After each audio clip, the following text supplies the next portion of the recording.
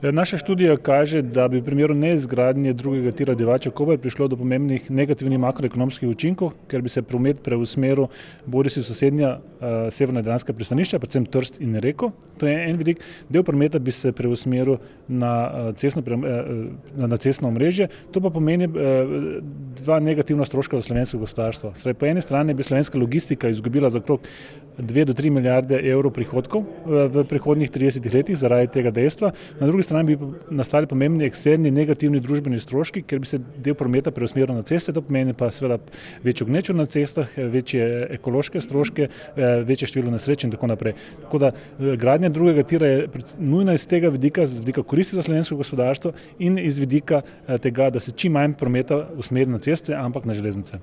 Naša študija kaže, da je projekt zgradnje drugega tira Divača-Koper ekonomsko pravičen, saj je neto sedanja vrednost v vseh variantah, in testirali smo 3 variante, pozitivna.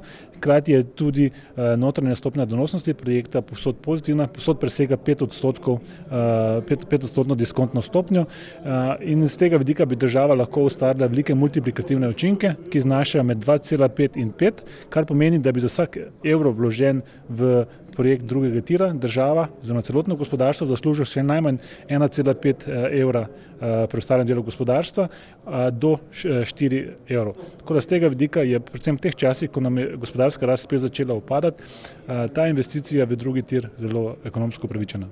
Slovenija se v bistvu nahaja na mednarodnih logističnih tokovih. Ti tokovi se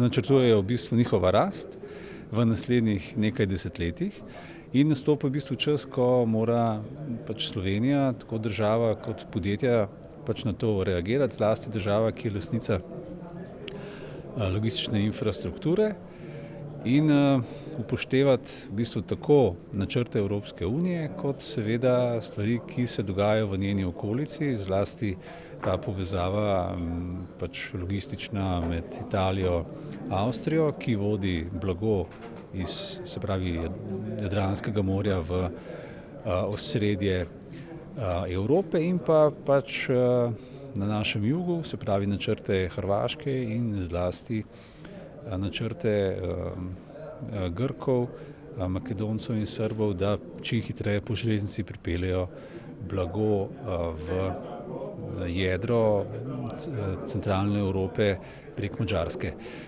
Pri nas je danes, se pravi, v Sloveniji vprašanje, ali se želimo logistiko kot temelj, eno izmed temeljnih dejavnosti v našem gospodarstvu ali ne, in če je odgovor da, kakšno v bistvu logistiko želimo in kakšna naj bi bila kakovost te infrastrukture, za katero vemo, da je danes izrazito podhranjena. Mi smo v študiji se skoncentrirali tudi na sami tehnični del, ne samo na ekonomski del.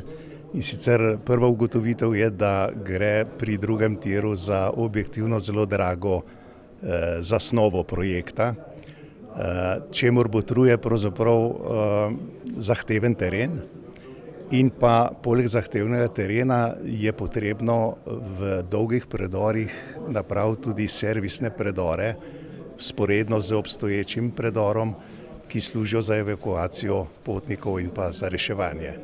Naša ideja je šla v to smer, da bi v prvi fazi naredili drugi tir samo za tovorni promet, s čimer bi odpadla potreba po zahtevnejših tehničnih rešitvah za reševanje. To se pravi, bi se ti standardi lahko, varnostni standardi, zreducirali in s tem seveda pocenila vrednost projekta na tam 170 do 200 milijonov evrov.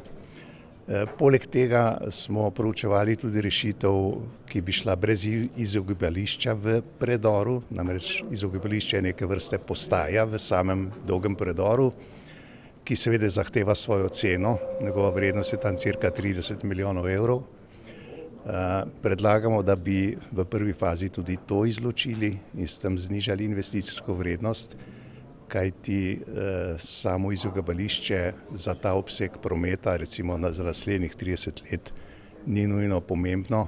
Mi pa želimo seveda, da se proga dogradi in da to rešitev pravzaprav za sprejemljivo ceno napravimo.